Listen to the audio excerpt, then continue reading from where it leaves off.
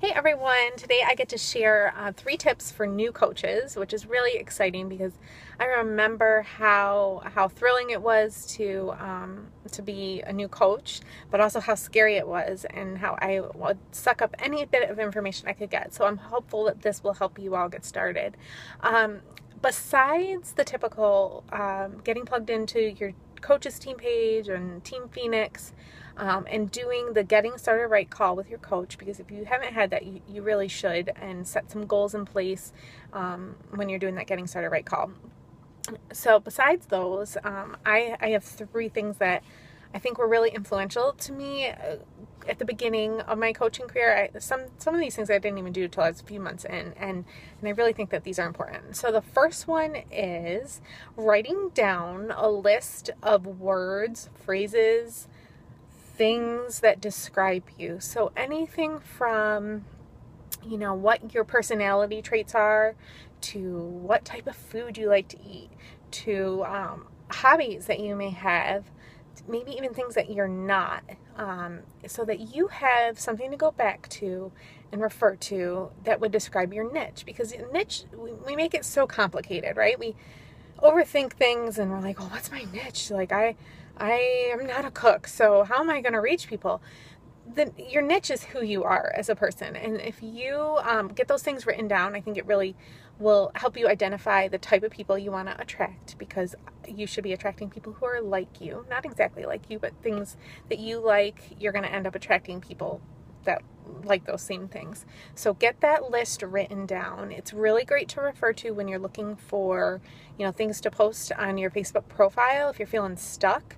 Like if I wrote down on my list, I know it's on my list, not patient, because I'm not patient. I'm working on it.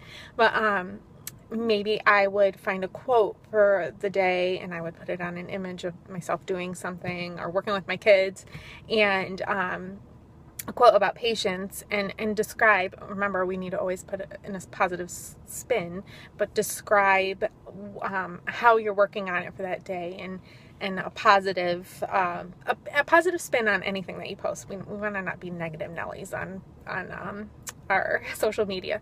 So, or I might look at it and say, I love like the little trinkets from Anthropologie. So maybe I would take a picture of my knobs that are on my laundry room cabinets and, explain how it was actually a cheap thing to redo part of my laundry room. So little things like that will help you with posts and with reaching out to people who are like you. And really, it's crazy how when I put up a picture of how I decorated my dining room, how it will attract all sorts of likes and comments. But when I try to put up a picture of me with my Shakeology cup, it doesn't get as much. I mean, there's a time and place for that, but it doesn't get as much traction. And yeah, there's a way to integrate that into things like it's pumpkin season, so maybe making a pumpkin shake, taking your own picture and posting the recipe underneath it. That would work, because that would fit into my niche of I like to cook. So get that list down. It's really great to have it to refer to. Number 2, get a success partner. It may take 1, 2, 3, 4, 5 times to try to find one that's a good fit, but it is worth it when you do find someone. I think it took me about 4 or 5 months to find my first success partner, Stephanie Marsilio, who, without her, I don't know that I would be here today still coaching. And here's why. Number 1, we were able to pair up for groups. We were able to split responsibilities up when we were overwhelmed at the beginning, because it's a lot to take in. So we're able to split responsibilities up. We're able to share finding prizes and splitting up the finances for that. That's huge too at the beginning when you're starting.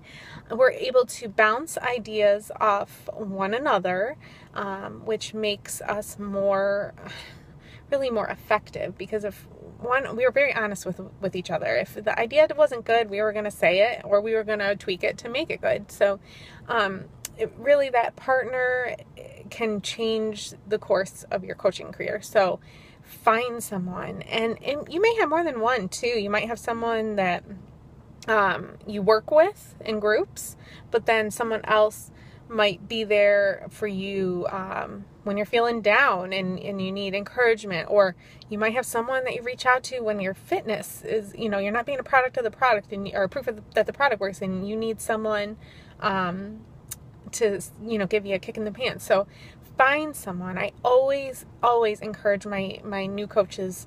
I do my best to help them find a good fit, and it doesn't always work the first time. So be patient and be willing to try out a couple people, and don't be offended if it doesn't work, because we're all different.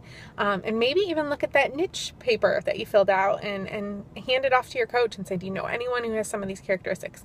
While you don't need to be exactly the same, it is nice for you all to have some of the same characteristics. So the next and last thing would be to implement the systems that we have in place.